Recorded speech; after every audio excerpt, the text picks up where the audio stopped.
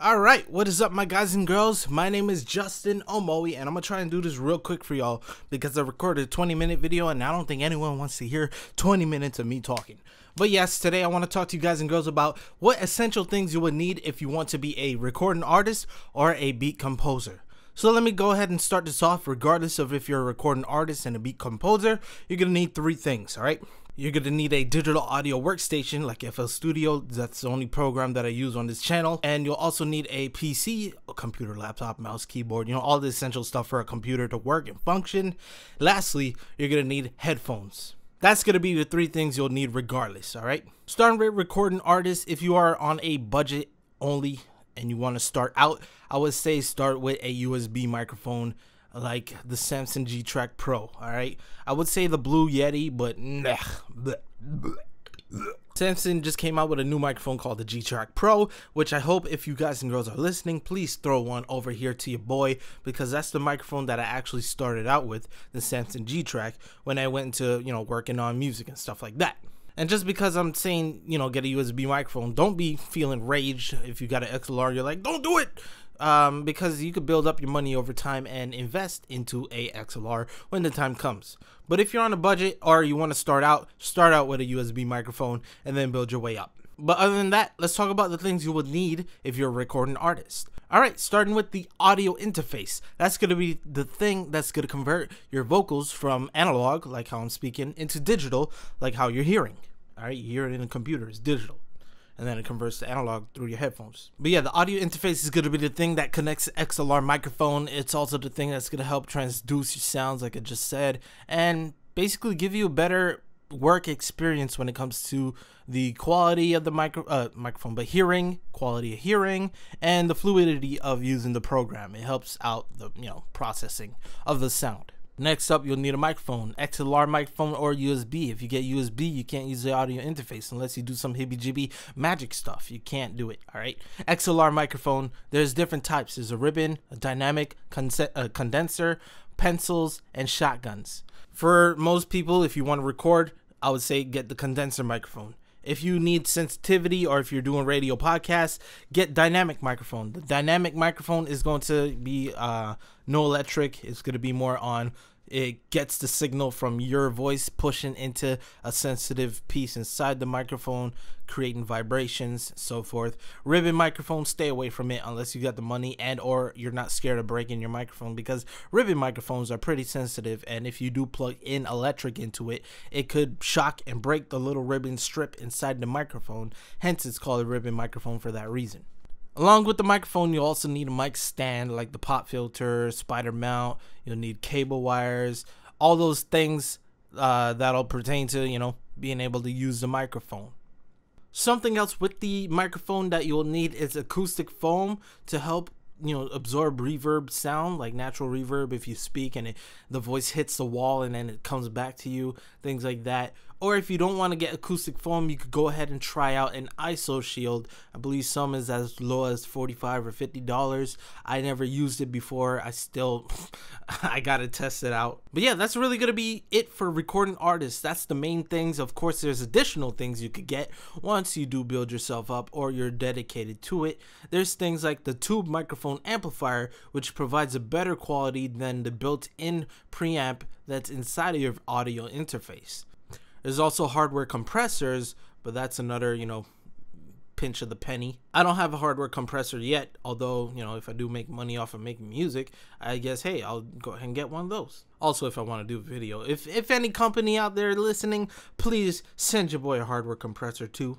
Another thing very essential to vocals is auto-tune. If you're a singer and your singing sucks, get auto-tune. Auto-tune works great, all right? It does magic, it does wonders. It makes your crappy song sound great. The SSL 4000 package from Waves is something else that you could get additionally if you want to up your quality in the post-production with the effects. Alright, SSL provides a compressor, EQ, and then a channel strip, which is a compressor and an EQ put together.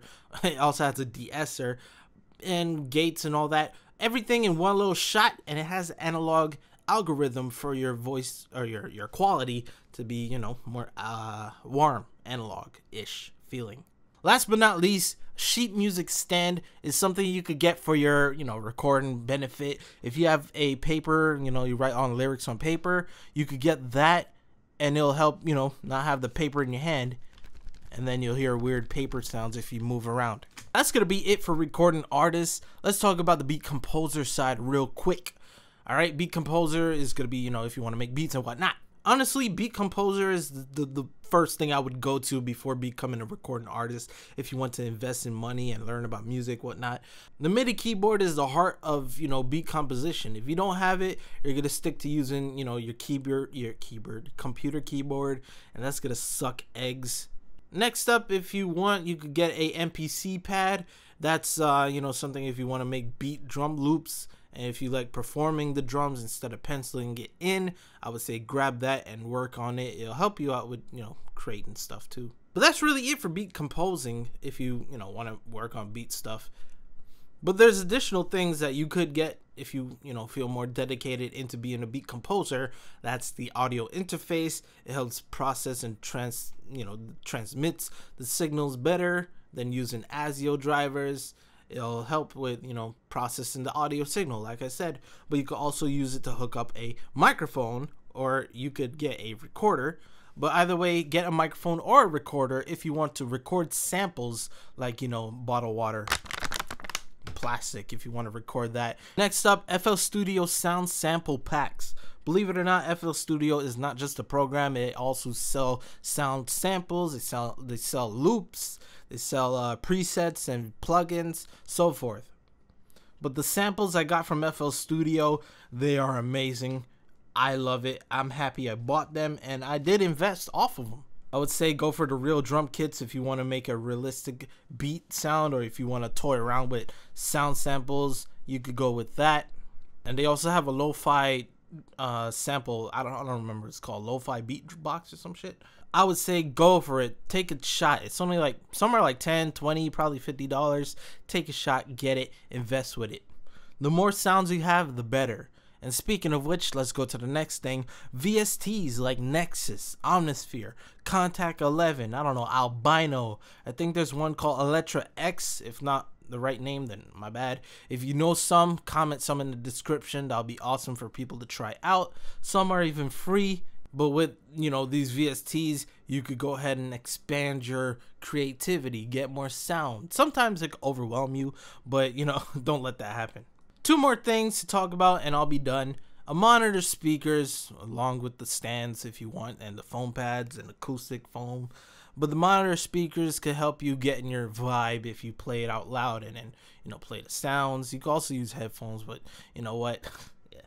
I only use these monitors when it comes to playing YouTube videos or listening in general when I'm cleaning or whatnot. And I also use it for mix and mastering, just to listen in the end to, confirm its quality before I give it to the peoples. And last but not least, if you want to go this route, you could get a Novation Launchpad for performance mode. So if you're an EDM person, or if you're a house progressive person, or if you want to just play around with it, you could go ahead and get one and, record videos of you on YouTube using the Launchpad, doing light shows, and so forth. Notice that I did not really name any brands because you could get a lot of different brands for a lot of different prices, and you may like one over the other. However, I'll just give you a quick little rundown. For audio interface, I love Focusrite, dog. You could get Focusrite. They also have things like M Audio and stuff, but I'm not really a fan of theirs. For keyboards, though, you could get an M Audio, like I do. M Audio Axiom is sexy, but you can't find the Axiom. Get an Oxygen keyboard if you want. There's some like M Audio Code or something. I want to try that out. There's a whole bunch of keyboards. All right, go ahead and shoot them out, check them out. Samson is notorious for being awesome. I use Samson Z55 headphones, and Samson G-Track, like I mentioned. Rode for the microphone if you want an NT1.